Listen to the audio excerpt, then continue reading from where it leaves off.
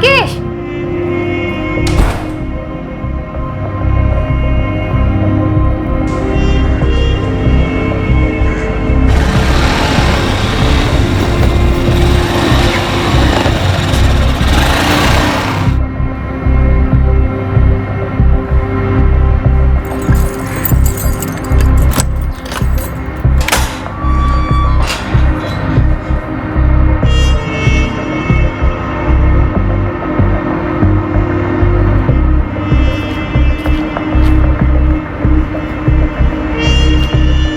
क्या ये वसंत, बीच में भी 1,16,000 का ओवर टाइम दे दिया तुमने? सर ओवर टाइम बनता है तो देना पड़ता है।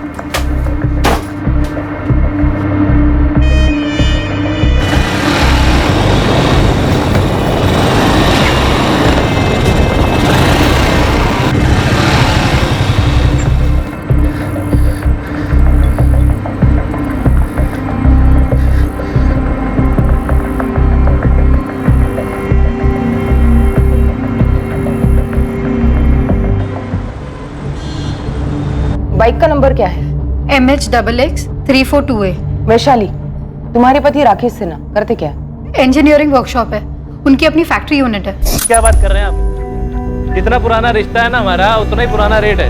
हाँ केडिया साहब, आप चिंता मत कीजिए, आप चिंता मत कीजिए।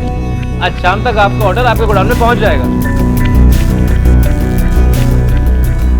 Thank you. काला नंबर 12/330, चित्रे इंडस्ट्रियल एस्टेट, वसई। जी। बिजनेस में किसी के साथ कोई दुश्मनी या फिर कोई धमकी वगैरह? नहीं मैम, मुझे तो कभी कुछ बताया नहीं। कोई लोन या फिर कोई बड़ा घाटा? बिल्कुल नहीं मैम, उल्टा काफी अच्छा चल रहा उनका। अभी हमारी 5वीं एनिवर्सरी के लिए आपने ज्वेलरी बनाई, साड़ियाँ भी खरीदी। ये बताओ, ये सोने का हार तुम्हें पसंद तो आया ना? क्या राकेश रोज इतने सुबह ही अपने वर्कशॉप चले जाते हैं? नहीं, ज्यादातर सुबह 9 बजे निकलते हैं और शाम को 5 बजे तक लौट आते हैं। लेकिन कल रात एक फोन आया था। नहीं, तुम कल सुबह 7 बजे ऑफिस में मिलो मुझे। कोई अगर मगर नहीं सुनूंगा। आ जाना चुपचाप। किससे बात हो रही थी? ये मुझे नहीं पता, लेकिन राकेश बहुत टेंशन में लग रहे थे। क्या हुआ, सब ठीक तो है ना? सुबह 7 बजे ऑफिस के लिए निकलूंगा मैं, नाश्ता करके जाऊंगा। क्या हुआ राकेश? राकेश,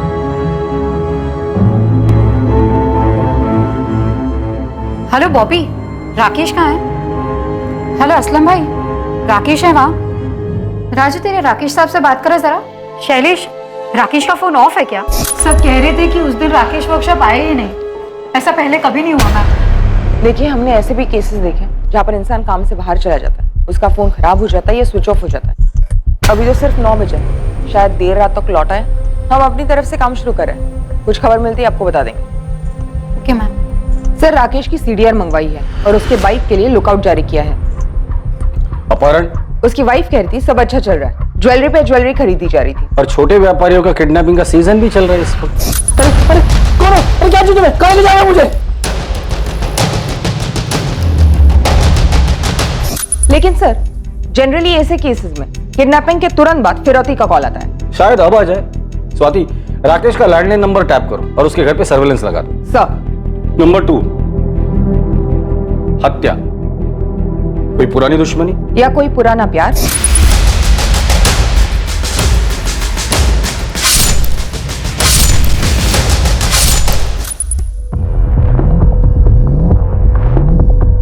फरार? जर जोरू जमीन का कोई मसला होगा, शायद ये किसी से भाग रहा हो, या इसी ने किसी को मार डाला हो और फिर फरार हो गया हो।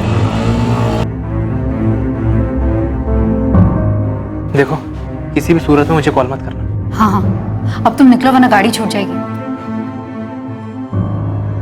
हो सकता है वाइफ भी राकेश के भागने में शामिल हो और हमारे सामने एक्टिंग कर रही हो। इस वैशाली की भी हिस्ट्री निकालो। आत्महत्या? लेकिन सर, कोई हिंट नहीं छोड़ा है, ना कोई मैसेज और ना ही कोई लेटर। शायद जोश में आकर एकदम से कर बैठा हो।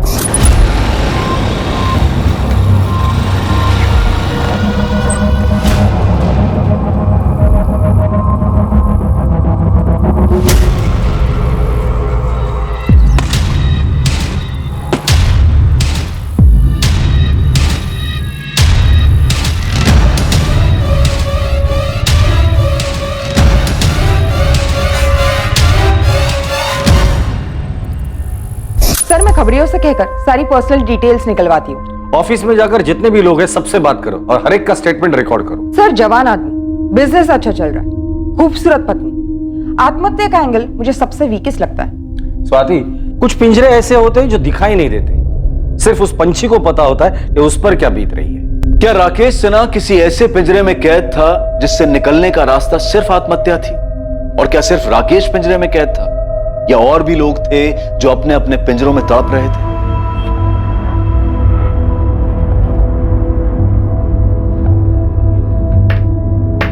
दादू, EMI मैं भर दूंगा जॉब करके, आप सिर्फ डाउन पेमेंट कर दीजिए। अरे मेरी स्कूटर फ्री में दे रहा हूँ ना, लेके जा जा। अरे दादू, 30 साल पुरानी स्कूटर है, वो भी आपने सेकेंड हैंड खरीदी थी। इसे तो मैं कॉलेज में क्या इस टूटे फूटे घर के कमरे से दूसरे कमरे में ना लेके जाऊं। सब बैठे बैठे मिल रहा है ना, इसलिए कदर नहीं तुझे। ओमकार, तुझे मालूम है ना ये घर तुझे मिलने वाला है, फिर भी उसे टूटा फूटा कह रहा है। इसे तो मैं घर ही ना बोलूं, पिंजरा है पिंजरा।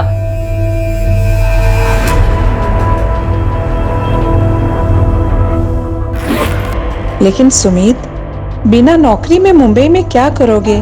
सांस लेंगे अम्मा, यहाँ पटना में दम घुटता है हमारा। चलते हैं हम।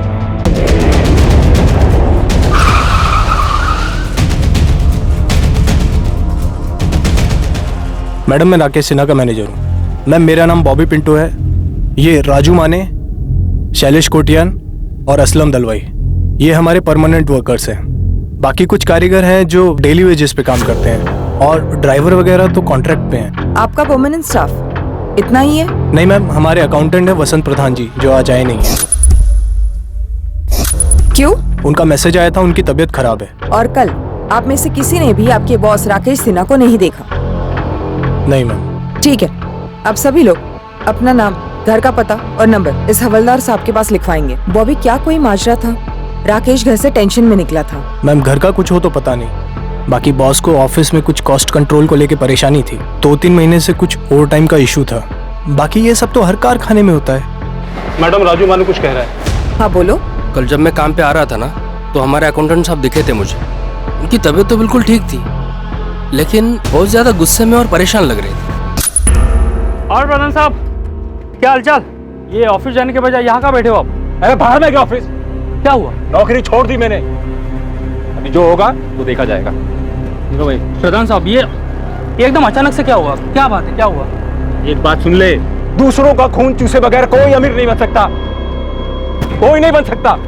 ये बात तूने मुझे पहले क्यों नहीं बताई? सर, मुझे लगा कि ऐसे टेंशन में बोला होगा, और वैसे भी उन्हें बीपी की तकलीफ है। बॉबी, ये वसंत प्रधान रहते का है? कुछ पता चला मेरे पति का? अभी तक तो नहीं, लेकिन हम लोग यही पता करने में लगे हुए हैं। हम आपके लैंडलाइन की टेपिंग के लिए आए हैं। अगर किडनैपिंग हुई है तो फिरौती के लिए कॉल कभी भी आ सकता है। अंदर आ जाए हम लोग। जी जी आइए।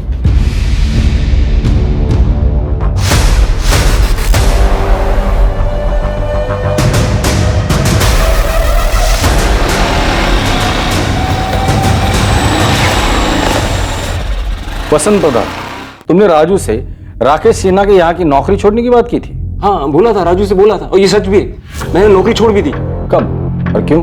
परसों रात को मेरी तबीयत सच में डाउन थी, बीपी हाई था, तो रात को राकेश सर का फोन आया था। राकेश सर, मैं कल छुट्टी लेना चाहता हूँ, मेरी तबीयत ठीक नहीं है। नहीं, तुम कल सुबह 7 बजे ऑफिस में मिलो मुझे। आ जाना चुपचाप। सर, मैं दूसरे दिन यानी कल सुबह 6:55 को ही मैं जब ऑफिस पहुंचा, राकेश सर पहले ही आ चुके थे, और मुझे पहले से मालूम था कि उन्हें किस बात का गुस्सा था। कितना कट मिलता है तुझे? क्या कह रहे हैं सर आप? बनो मत। तुमने मुझसे इंक्रीमेंट मांगा था, मैंने कहा था दिवाली तक रुक जाओ बस, लेकिन नहीं। ऐसे पैसे कमाओगे तुम? कोई वर्कर आधा घंटा एक्स्ट्रा काम करता है तो उसकी आधी शिफ्ट का ओवर टाइम लगा दोगे? कितना कट मिलता है तुम्हें ओवर टाइम का आधा? अरे सर, अगर मैं चोरी चपाटी घपलेबाजी करता ना, तो आज आपके जैसा ऐसा फैक्ट्री का मालिक बन गया होता। मतलब क्या तेरा? मैं फ्रॉड करता हूँ? अरे खून चूसते हो तुम गरीबों का। अकाउंट संभालता है ना तू, खुद ही अपना हिसाब क्लियर कर, कल से आने की जरूरत नहीं। आउट। हाँ ठीक है, जा रहा हूँ। वैसे भी मैं नहीं आने वाला था राकेश सिन्हा। आउट। अरे जा रहा हूँ। क्या किया राकेश के साथ? मैं राकेश के साथ क्या करूंगा? और उसके साथ कुछ हुआ नहीं है। साले ने मार्केट से बिजनेस के नाम पे पैसा उठाया होगा, खर्च दिया होगा कहीं, या कहीं लगा दिया होगा, और अब फरार हो गया।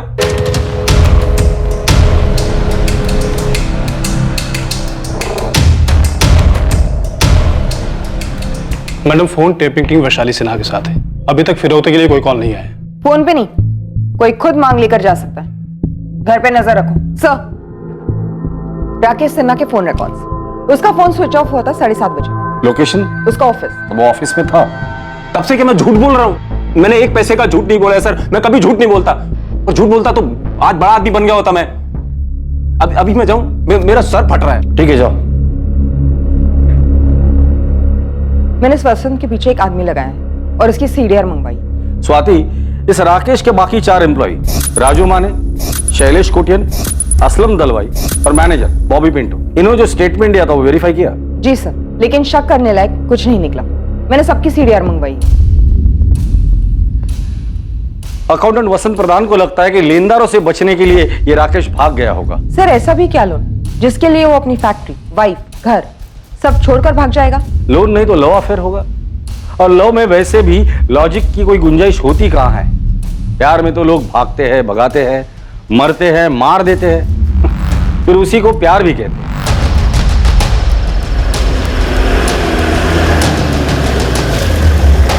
सर, वो अपना रूम।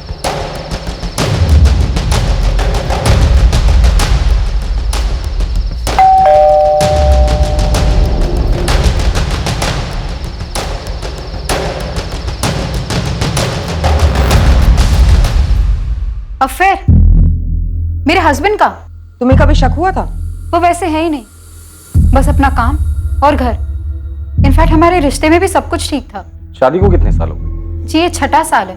आप मुंबई से ही हो? नहीं, हम असल में पटना से हैं। मुंबई कब आए थे? बस 1 ही साल हुआ है। पटना में क्या बिजनेस था? यही सेम बिजनेस था। तो फिर पटना क्यों छोड़ा? मैडम, राकेश हमेशा से मुंबई आना चाहते थे, उनके बड़े अरमान थे। वहां शादी से पहले राकेश की कोई गर्लफ्रेंड थी?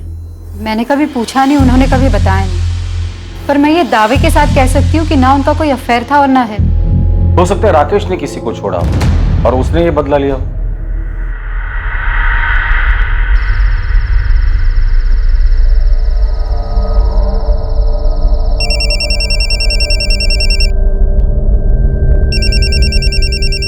उठाए मैडम और उसे बातों में लगा के रखिए। हेलो, सुमित बोल रहा हूँ। कौन सुमित? कौन हो आप और मेरे पति कहाँ हैं? Hello hello,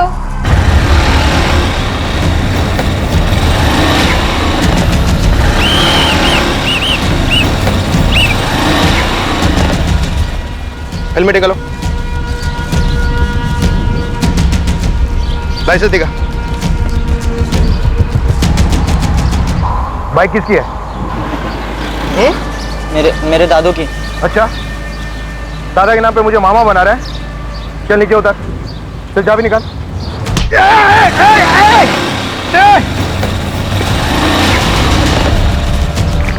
control room, red alert वाली motor bike number MH XX 342 है, साने गुरुजी रोड की तरफ गई है।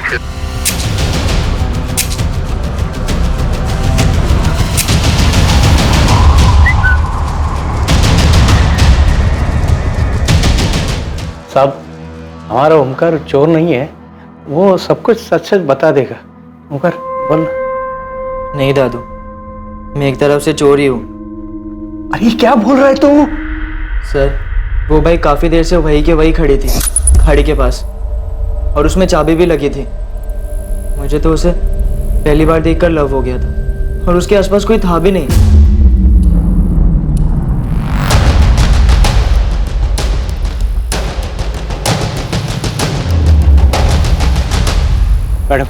मैडम, मेरे पोते को माफ कर दीजिए, मेरा और कोई सहारा नहीं है। एक्चुअली मैम, मैं 2-3 दिन चलाकर यही छोड़ने वाला था, वापस रख तो नहीं सकता था मैम। Ma'am please, sorry. तो फिर ली क्यों तूने? तू आगे जाके जॉब करके लोन पे बाइक ले सकता था। उसमें टाइम लगता है ना मैम, और मुझे खाई थी। सर को बोल के छोड़ दो ना ma'am, please. Sir. Swati, accountant Vasant का कहना है कि उसके सेठ राकेश ने मार्केट से पैसे उठाए होंगे। मुझे लगता है टेंशन में आके बाइक वहां खड़ी कर यहाँ से कूद गया हो। सर, ड्राइवर्स को काम पे लगा देते। और पटना पुलिस फोन करके पता करो कि इस आदमी की माली हालत क्या थी। हो सकता है 1 साल पहले कर्जदार से बचने के लिए मुंबई शिफ्ट हुआ हो। जी सर, मैं आज ही बात करती हूँ पटना पुलिस से। सर, इस लड़के का क्या करें? माइनर है, सॉरी बोल रहे। दादाजी का इसके अलावा और कोई नहीं है। 17 वर्षीय ओमकार कदम को पुलिस ने वार्निंग देकर और अंडरटेकिंग लेकर जाने दिया, लेकिन केस खत्म होने तक उस पर नजर रखने के ऑर्डर्स भी दिए गए। दूसरी तरफ पटना से राकेश के अतीत से जुड़े कई सुराग मिलने वाले थे। जो कि इस केस की नींव थे, और तीसरी ओर पुलिस के डाइवर्स के हाथ कुछ ऐसा लगने वाला था जो इस केस को एक नई दिशा देने वाला था। लेकिन अहम सवाल अब भी यही था कि क्या राकेश सिन्हा ने वाकई में आत्महत्या की थी?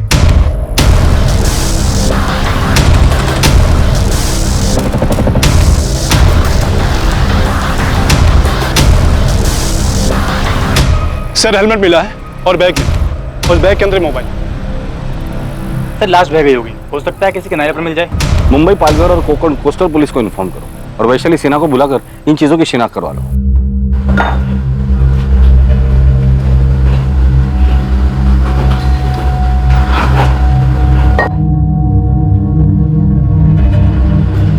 अरे असलम भाई,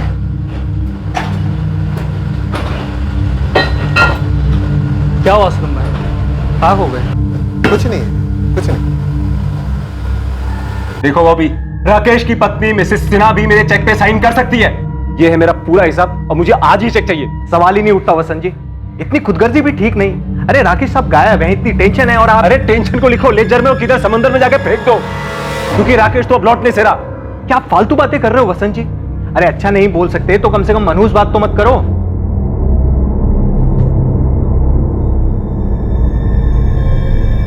क्या हुआ, कुछ कहना चाहता है? ओमकार, मैं तेरे बाप का भी बाप, मुझे मालूम है तू कुछ कहना चाहता है, कुछ छुपा रहा है मुझसे। पुलिस ने बड़ी मुश्किल से माफी दी, बोल क्या बात है? मैं जरा बाहर घूमने जा रहा हूँ, स्कूटर ले जाऊं? हाँ ले जा। देखो ओमकार, तूने गलती की, उसकी माफी भी मिल गई, लेकिन जिंदगी भर ऐसा कोई काम नहीं करना जिसकी वजह से तेरे मरे हुए माँ बाप को ठेस पहुंचे और मेरी सारी मेहनत जाया हो जाए।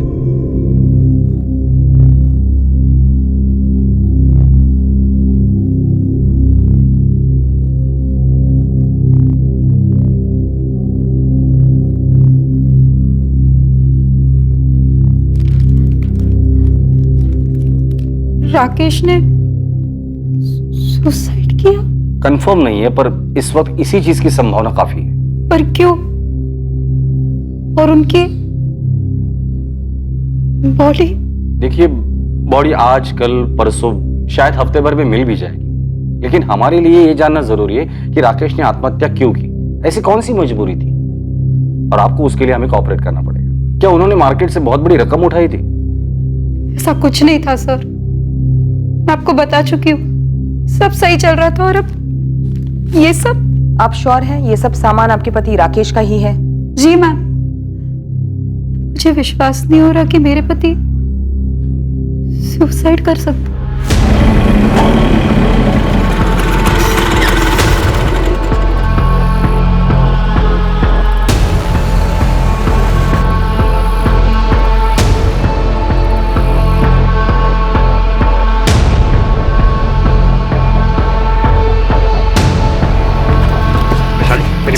मेरी बात सुनो, छोड़ो! मेरी बात सुनो वैशाली, छोड़ मुझे! तुम मेरी बात सुनो पहले, मेरी बात सुनो वैशाली। वैशाली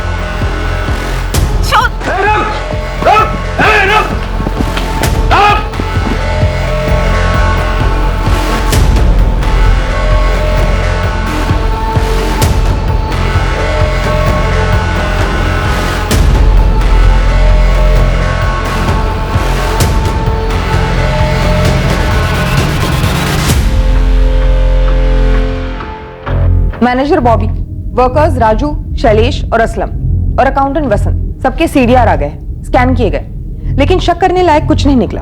पटना पुलिस का क्या कहना है? सर, उन्होंने राकेश के पटना वाले बैंक से बात की। बैंक स्टेटमेंट से पता चला है कि मुंबई आने से पहले राकेश का बैंक बैलेंस और इन्वेस्टमेंट काफी अच्छे थे, प्रॉपर्टी है, भारी इंश्योरेंस पॉलिसी है, और तो और जितने क्लाइंट्स उसके पटना में थे, जितनी कमाई थी, उसके आधे भी मुंबई में नहीं थे। कोई पर्सनल इश्यू तो होगा ही होगा।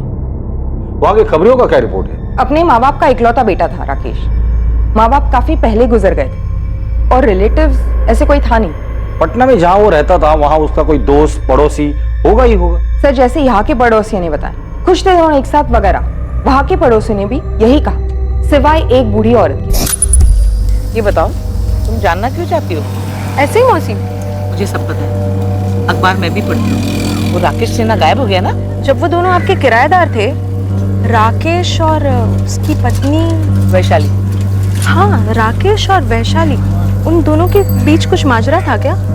मतलब अचानक से बसा बसाया घर और बिजनेस छोड़ के मुंबई क्यों चले गए? मुंह छुपाने। मुझे एक अरसे से शक था कि दाल में कुछ काला है। लोग कहते हैं कि बुढ़ापे में आंखें और कान कमजोर हो जाते हैं, लेकिन मेरे साथ तो उल्टा ही हो गया था।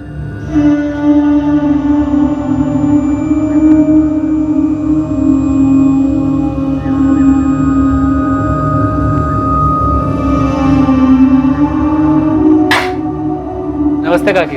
जीते रहो बेटा। किराया देने आया था। आओ अंदर आओ। लीजिए काकी, गिन लीजिए। काकी आपसे एक बात करनी थी मुझे। हमें भी तुमसे एक बात करनी है, लेकिन पहले तुम बोलो। खुद का मकान बनाना चाहता हूँ, सोचा एक बार आपसे पूछ लेता हूँ, क्या आप अपना मकान हमें बेचेंगी? बेटा तुम मेरा मकान खरीदना चाहते हो, लेकिन तुम्हारा घर बिक चुका है। क्या? तुम्हारे घर में आग लगी हुई है, पहले जाके उसे बुझाओ। मैं जानती हूँ कि तुम्हें सब कुछ पता है, लेकिन तुम चुप हो। मैं भी सब कुछ जानती हूँ, लेकिन तुम्हारी भलाई के लिए मैं भी चुप हूँ। लेकिन जानते हो, जब ये सारी बात मोहल्ले में लोगों को पता चलेगी तो क्या होगा? उस लड़के का तो कुछ नहीं जाएगा, वो तो भाग जाएगा, लेकिन मुंह तुम्हारा काला होगा।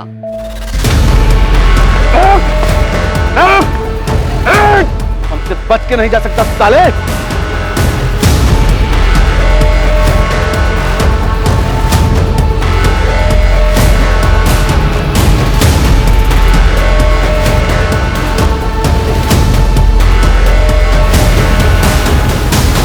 सर मैंने नहीं मारा राकेश भाई को। कैसे मारा और लाश कहाँ ठिकाने लगा दी? अरे सर मैं कह रहा हूँ मैंने नहीं मारा राकेश भाई को। ये तुम्हारे अकेले का काम तो हो नहीं सकता सुमित। किसने साथ दिया था तुम्हारा? फैक्ट्री से कोई था या पेशेवर हत्यारा था? सर मेरा यकीन कीजिए, मैं आपको कह रहा हूँ मैंने नहीं मारा राकेश भाई। कैसे मारा और क्यों मारा वो बताओ।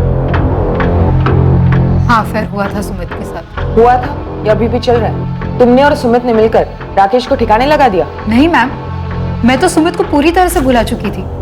पटना में बैठे मैं वैशाली को बुला नहीं पा रहा था, दम घुट रहा था मेरा। ऐसा लग रहा था जैसे किसी ने मुझे पिंजरे में बंद कर दिया। मिले कैसे थे उसे और राकेश को कैसे जाना? मैं वो पटना वाली फैक्ट्री में उनका असिस्टेंट था। प्रणाम भाभी। तो भैया ने फाइल मंगाई है इनकम टैक्स पर। अंदर आओ। कोई मेहमान आ रहे हैं? सिर्फ तुम्हारे लिए बनाए हैं।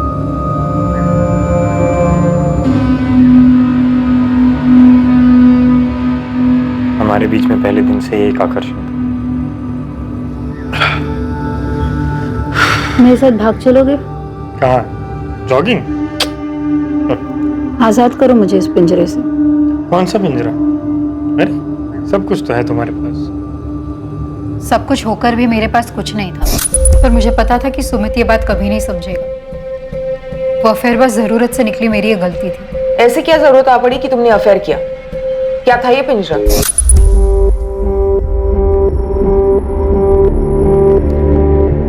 कम से कम मेरी तरफ देखो तो सही राकेश। ऐसे पीठ दिखाने से तो प्रॉब्लम हल नहीं होगी ना। कौन सी प्रॉब्लम है शाली? कौन सी प्रॉब्लम? यही कि मैं तुमसे दिल से प्यार करता हूँ, दिन रात हमारे भविष्य के लिए मेहनत करता रहता हूँ। वैशाली ठीक है ना, बच्चा नहीं हो रहा है तो 1-2 साल में हो जाएगा। बात सिर्फ बच्चा होने ना होने की नहीं है, वो अलग मसला है। मसला है इस बेडरूम का, जो तुम्हारी और मेरी दोनों की खुशी के लिए बना है। 4 साल से कह रही हो राकेश, डॉक्टर के पास चलते बात करते हैं किसी से। वैशाली तुम्हें क्या बात करनी है किसी डॉक्टर से? क्या कहना है किसी को? यही कि हम दोनों के बीच में संबंध बेहतर कैसे कर सकते हैं, कैसे खुश रह सकते हैं, एक दूसरे को सेटिस्फाई कैसे कर सकते हैं। वैशाली मैं सेटिस्फाई हूँ, तुम्हें क्या चाहिए मुझे समझ में नहीं आ रहा है। तुम हमारी प्राइवेट जिंदगी की दुनिया में नुमाइश क्यों करना चाहती हो? कौन सी प्राइवेट जिंदगी? हाँ, कौन सी प्राइवेट जिंदगी? एक झूठ ही जी रहे थे हम, एक झूठ जो राकेश ने खुद को बोल रखा था कि सब कुछ सही है, कोई प्रॉब्लम नहीं है। देखो जो हुआ सो हुआ, मैं इसे तुम्हारी गलती समझकर माफ करने के लिए तैयार हूँ। मुझे माफी नहीं राकेश, डिवोर्स चाहिए। मैंने मुंबई में सारी सेटिंग कर ली है, अगले हफ्ते मुंबई निकल रहे हैं। मुझे मुंबई नहीं जाना। वहाँ कौन है हमारा? तभी तो मुंबई जा रहे हैं, क्योंकि वहाँ हमारा कोई नहीं है। वहाँ हमारे बारे में किसी को कुछ पता नहीं होगा। लेकिन हमें तो पता होगा हमारे बारे में। उसे खुद से कब तक छुपाते रहेंगे राकेश? क्रेडिट कार्ड है तुम्हारे पास, जितनी भी शॉपिंग करनी है दिल खोल के कर लो। जिससे भी मिलना है एक आखिरी बार मिलो। और मैं वो आखिरी बार भी सुमित से नहीं मिली। और अब राकेश गायब क्या हो गए ये सुमित अचानक से पूरे 1 साल बाद यहाँ धमक गया है। वैशाली ने बोला था मुझसे कि राकेश भाई हमारे बारे में सब कुछ जानते हैं, लेकिन उन्होंने कभी सामने से मुझे कुछ नहीं पूछा और ना ही नौकरी से निकाला। मुझे थोड़ा बुरा भी लगता था, लेकिन अफेयर जारी रखा। मेरी तरफ से तो कभी खत्म ही नहीं हुआ था सर, लेकिन वैशाली ने उसके बाद मुझे कभी कांटेक्ट नहीं किया। उसके बावजूद तुम यहाँ मुंबई में आ गए और फिर दोनों ने मिलकर राकेश को मार डाला। नहीं सर, बिल्कुल नहीं। जब मैंने अखबार में पढ़ा कि राकेश भाई गायब हो गए हैं, शायद सुसाइड हुआ हो, मर्डर हुआ, मुझे लगा मुझे वैशाली के साथ होना चाहिए, शायद फिर से हमारा रिश्ता जुड़ जाए। मैम ऐसा कुछ था ही नहीं हमारे बीच, बस 4-6 दफा फिजिकल संबंध हुए थे। मेरी गलती थी, मैंने डिवोर्स मांगा, राकेश ने दिया नहीं। मैंने समझौता कर लिया था अपने तकदीर के साथ, कबूल कर लिया था कि मुझे शायद इस जिंदगी में वो शारीरिक सुख नसीब नहीं होगा। वैशाली, क्या तुम्हें ऐसे लगता है कि तुम्हारे सुमित वाले अफेयर की वजह से राकेश को अपनी कमियों का ज्यादा एहसास हुआ और उसने आत्महत्या कर ली हो? अगर ऐसा होता तो वो कभी तो जताते, कुछ तो बोलते, पर ऐसा कभी नहीं हुआ और वो आत्महत्या करने वाले आदमी नहीं है। तो फिर सुमित ने राकेश का कत्ल कर दिया हो? माना मैं उसके लिए यहाँ चला आया, उसे कभी बुला नहीं पाया, लेकिन मैं इतना गया गुजरा इंसान भी नहीं हूँ कि किसी का कत्ल करने का सोचूं। सर, राकेश भाई के गायब होने में मेरा कोई हाथ नहीं है। तुम्हारा हाथ है या और हाथों ने तुम्हारा हाथ बटाया था, ये तो बहुत जल्द पता चल ही जाएगा सुमित।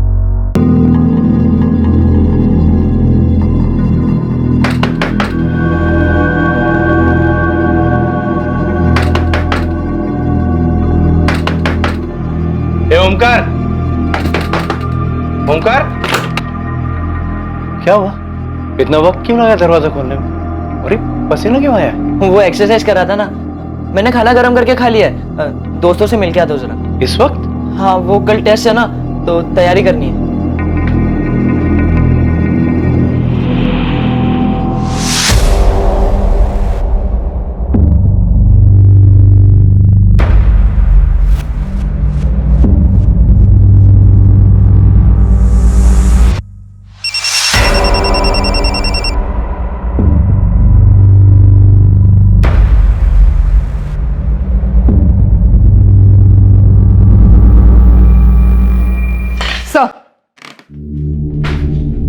मैंने पटना पुलिस से कंफर्म किया, सुमित 4 अक्टूबर को पटना में ही था। एक्चुअली स्वाति, मुझे तुम्हारे लॉजिक में दम लगता है। भले इस राकेश ने सुमित और वैशाली के अफेयर को माफ करने की बात की हो, लेकिन ये राकेश अंदर ही अंदर घुट रहा होगा, अपने सेक्सुअल प्रॉब्लम को लेकर डिप्रेस हुआ हो और कूद गया हो। सर, दरअसल मैं अपनी थियरी को डाउट कर रही हूँ। मैं सोच रही थी कि शायद ये वैशाली झूठ बोल रही हो, वैशाली और सुमित ने मिलकर ही राकेश को मार डाला हो, इसलिए मैंने दोनों की सीडीआर मंगवाई है। शायद ये सुमित ने पटना से ही कत्ल करवाया होगा। सर वो लड़का आया है, बाइक चोर ओमकार कदम। किसका नैपकिन है ये? मेरा है सर। इस पर खून किसका है और ये हमें क्यों दिखा रहे हो? वो मैंने आप लोग को बाइक के बारे में पूरी बात नहीं बताई थी, एक बात छुपाई थी।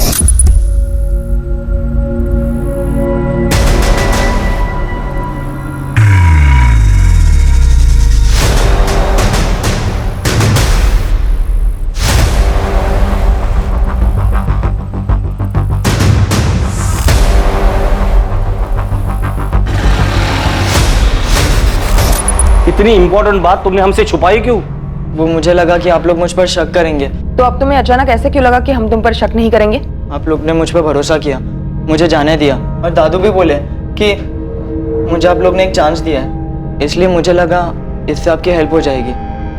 शायद उस आदमी ने सुसाइड नहीं किया हो, उसका मर्डर हुआ। ठीक हो सर। हेलो, हाँ कामरे, तुरंत सर्च पार्टी भेजो। ओमकार, तुम जरा बाहर बैठो। जी सर, राकेश का लोडर असलम दलवाई आज दिन भर से घर से नहीं निकला, और जब नजर रखने वाले बंदे दरवाजा तोड़कर अंदर गए तो घर पे कोई नहीं था और पीछे की खिड़की खुली थी।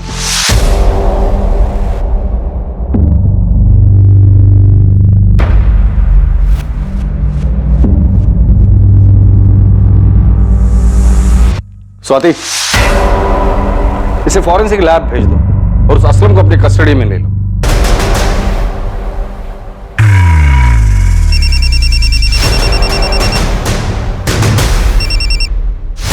क्या है वसंत जी? अरे मुझे मेरे पैसे कम मिल रहे हैं। ये लगभग साबित हो चुका था कि राकेश सिन्हा का कत्ल किया गया था, लेकिन ये कत्ल किया क्यों गया इसके पीछे का मकसद क्या था? इसके पीछे आखिर था कौन? इन सवालों के जवाब मिलने अभी बाकी थे। इस कत्ल की हकीकत सामने आने के लिए असलम दलवाई का हाथ लगना जरूरी था। असलम भाई? नहीं नहीं मैडम, एकदम गाय आदमी है, वो क्यों सर का मर्डर करेगा? और असलम भाई का कभी किसी के साथ पंगा नहीं हुआ है मैडम, जरूर आपको कोई गलतफहमी हुई। तो फिर ये असलम फरार क्यों हुआ?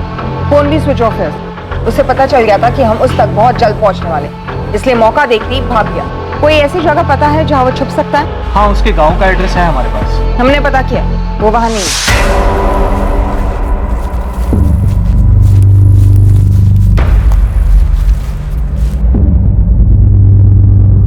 सर, सुमित और वैशाली के बीच पूरे 1 साल कोई कांटेक्ट नहीं रहा, सिवाय 3 दिन पहले जब सुमित ने वैशाली को कॉल करना शुरू किया, जो कि उसने कबूल किया है। दोनों की कॉल लिस्ट में ऐसा कोई नंबर भी नहीं जिससे उन पर शक जाए। लेकिन एक गौर करने वाली बात है, हाल ही में अकाउंटेंट वसंत प्रधान की तरफ से वैशाली को कई कॉल्स किए गए। मेरी मेहनत की कमाई है सर, और मुझे इस वक्त उसकी सख्त जरूरत है। मैंने बॉबी को बोला था कि वैशाली ऑथराइज है मेरे चेक को साइन करने के लिए, लेकिन बॉबी ने बोला पहले राकेश को मिल जाने दो। अरे मेरे को मेरे पैसे की अभी जरूरत है, इसलिए मैं लगातार वैशाली को फोन कर रहा था। बोलिए क्या गुनाह किया मैंने? अकाउंटेंट वसंत प्रधान के खिलाफ कोई ठोस सबूत नहीं था, लेकिन यह भी सच था कि 4 अक्टूबर की सुबह सिर्फ एक वही था जिसने राकेश को ऑफिस में देखा था, जिसके बाद राकेश गायब हुआ। पर क्या सच में वसंत ही था जिसने आखिर में राकेश को फैक्ट्री में देखा था? आखिरकार पुलिस को एक ब्रेक थ्रू मिला। अब असलम भी पकड़ा गया था। उससे पुलिस को आगे की एक स्ट्रॉन्ग लीड मिली। केस क्लोज होने वाला था, मुजरिम तक पहुंच पक्की होती गई। इस जुर्म का अतीत से रिश्ता जरूर था, एक आदत से, एक फितरत से, जो बदलने का नाम नहीं ले रही थी। असलम, अब तू खुद बोलेगा या खातिरदारी करी थी? मैंने कुछ नहीं किया। मैंने तो छुप क्यों रहा था तू? मैं डर गया था, मुझे सच में नहीं पता कि उस सुबह कुछ ऐसा होने वाला था। अभी हमारी 5वीं एनिवर्सरी के लिए आपने ज्वेलरी बनाई थी, साड़ियां भी खरीदी। तुम ये बताओ, ये सोने का हार तुम्हें पसंद तो आया ना? सच कहूं तो नहीं राकेश, मुझे ये सोने का हार नहीं पहनना। मुझे बस इस सोने के पिंजरे से आजाद होना है। फिर से बोल रही हूँ राकेश, मुझे डिवोर्स चाहिए। पिछले साल जब तुमने सुमित के साथ अफेयर किया था, तब भी तुमने डिवोर्स की रट लगा रखी थी। इस बार फिर से अफेयर शुरू किया? नहीं राकेश, मैं तो उसके कांटेक्ट में भी नहीं हूँ। मैं सुमित की बात नहीं कर रहा हूँ वैशाली, इस बार मैंने खुद अपनी आंखों से देखा।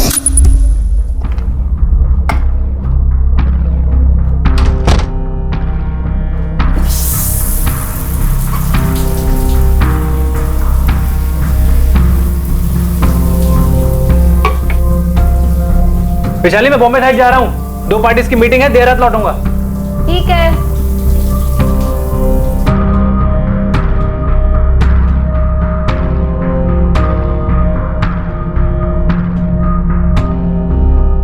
बुरी आदत जाती नहीं है ना तुम्हारी?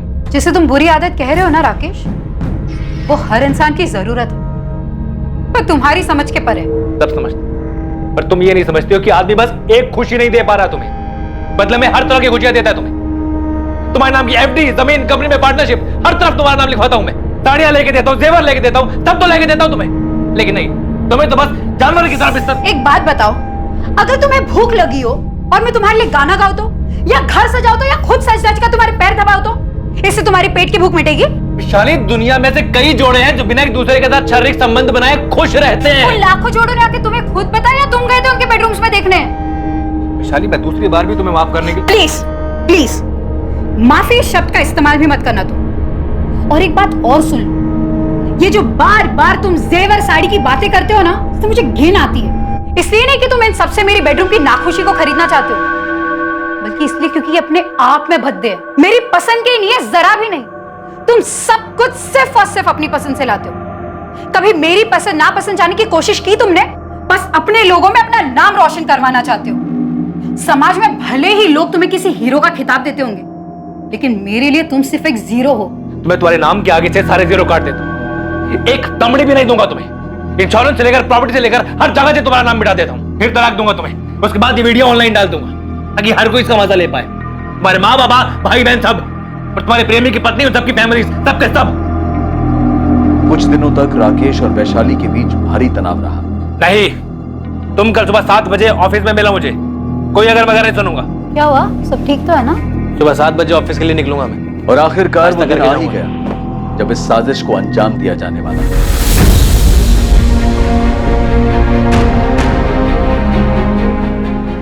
वो कल सुबह ऑफिस 7 बजे आने वाला है। इससे अच्छा दिन नहीं मिलेगा।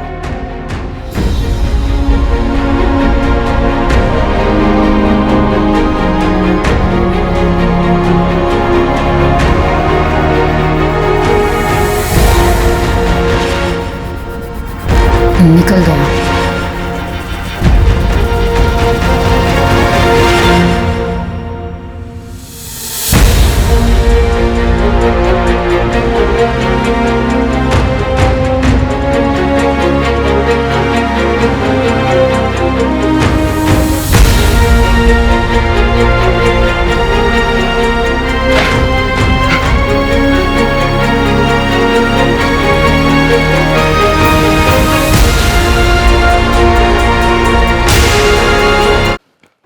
बोल। सर ऐसा मैंने पहले कभी कुछ नहीं किया। ऐसा कुछ मतलब मर्डर? नहीं सर, मतलब वो अफेयर सर। सर मेरा फर्स्ट टाइम था सर। राकेश उस दिन एक नई डील के लिए शहर के बाहर गए थे, तो मुझे उन्होंने घर से एक फाइल मंगवाने के लिए कहा था। क्लाइंट का डील क्लोजर था, अर्जेंट था।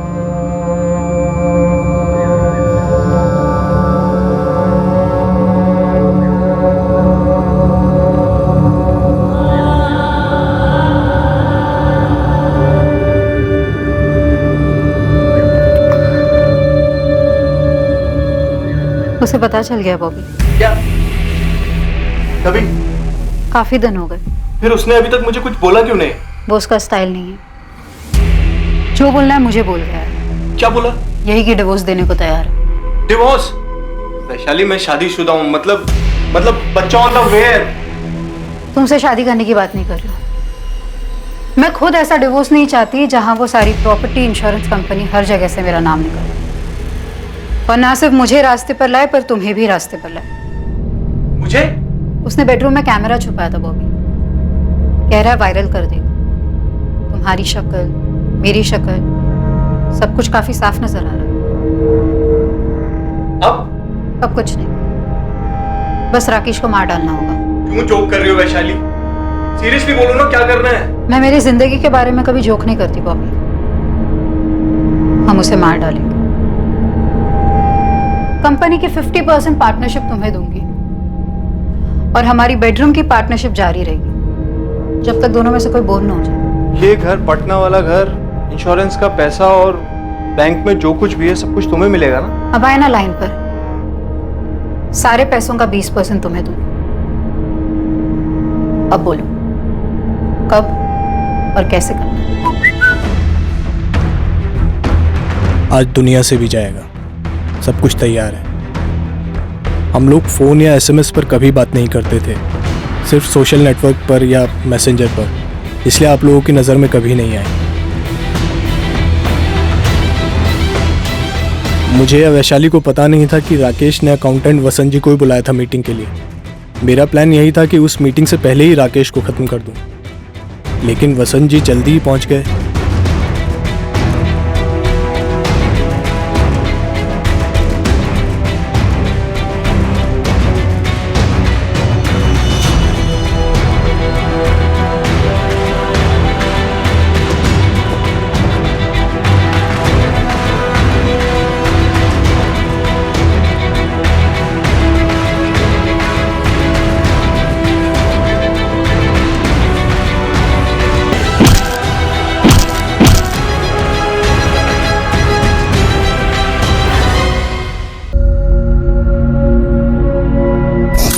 मुझे राकेश सर ने खुद एक रात पहले फोन किया था। किस बारे में? जी सर। असलम, कल 7:30 बजे आ जाना ऑफिस। जी सर। सर वो किस लिए सर? हमारा काम बढ़ाने का सोच रहा हूँ। पूरा गाला मैनेज कर सकोगे बतौर मैनेजर? जी सर, आराम से सर। किस लिए गया था मैं वहां? कितने अरमान लेकर, और क्या देखता हूं, और क्या किया मैंने? इतना बड़ा गुनाह। सुन, मुझे नहीं सुनना। साहब ने तुझे यहाँ क्यों बुलाया? इस कांड के बारे में किसी से चू मत करना। अगर तूने इसके बारे में किसी को बताया ना तो गांव में तेरे बीवी बच्चे तेरे परिवार को काट देंगे। पुलिस भी शामिल है इसमें। मुझे बस घर जाने दीजिए, मैं यही कहूंगा कि मैं जल्दी आया ही नहीं। वो तो पुलिस वालों को बताना ही होगा। और तू इस वक्त एक काम कर, मेरे साथ ऊपर सेप्टिक टैंक पर चल। राकेश सर की बॉडी को ठिकाने लगाना है और ये खून भी साफ करना है। देख, ये कांड शांत होने तक किसी को कुछ नहीं पता, ठीक है? जैसे ये कांड शांत हो जाएगा ना, मैं तेरे को मैनेजर बनाऊंगा, पक्का। चला।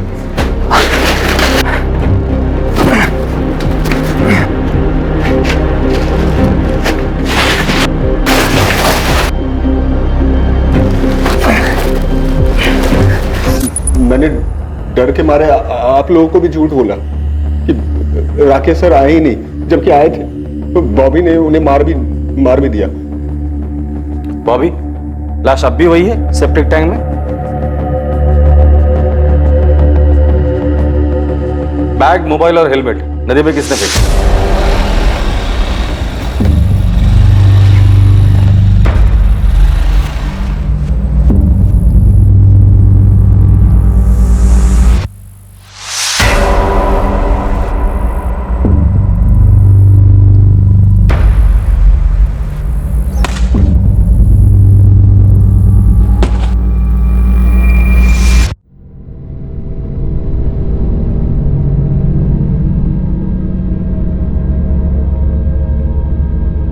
बॉबी पिंटो और वैशाली सिन्हा पर हत्या करने और असलम दलवाई पर हत्या में षड्यंत्र करने के आरोप लगे।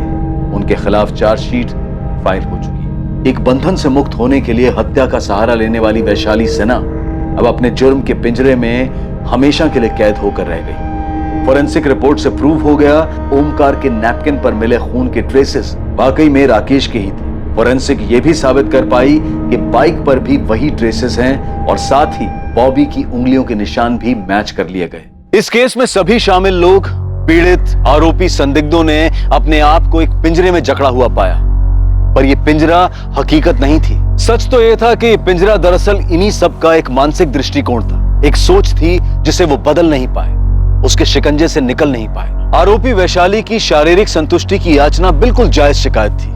हर इंसान को अपने तरीके से जीने का पूरा हक है, पर उसने अफेयर से राहत पाने की कोशिश की और फिर अपने पति की हत्या को अपने पिंजरे की चाबी बनाया। और वजह सिर्फ यही नहीं थी, वैशाली रिहाई के साथ सोने का पिंजरा भी चाहती थी और वो पिंजरा था राकेश की संपत्ति। और इसी के कारण वैशाली के साथ किसी भी किस्म की नैतिक सहानुभूति रखने की कोई गुंजाइश नहीं बनती। दूसरी तरफ राकेश ने खुद अपने आप को एक झूठ के पिंजरे में कैद किया हुआ था। सच जानते हुए भी वो इस भ्रम में जीना चाहता था कि दुनिया की हर खुशी पैसे से खरीदी जा सकती है। उसने अपनी पत्नी की जरूरतों को नजरअंदाज करके और फिर उसे ब्लैकमेल करके एक ऐसा रास्ता अपनाया जहां हर कदम पर जुर्म का साया दस्तक दे रहा था। सही समय पर सही कदम उठाने से इन सब की जिंदगी इस तरह उलझने से बच सकती थी, कई जानें बच सकती थी, जिंदगियां पिंजरों की कैद से रिहा हो सकती थी। और ऐसा होना तभी संभव है जब इंसान अपनी सोच, अपने दृष्टिकोण को बदले, खुद इस पिंजरे से बाहर निकलने की कोशिश करे, क्योंकि इस पिंजरे की चाबी हर इंसान के अपने हाथ में ही होती है। अब मैं अनूप सोनी आपसे विदा लेता हूं, फिर मुलाकात होगी एक और नए केस के साथ। देखते रहें क्राइम पेट्रोल सतर्क, और याद रखें, क्राइम और आपके बीच में सिर्फ इतना फर्क है कि आप कितने सतर्क हैं। सतर्क रहें, सुरक्षित रहें। जय हिंद।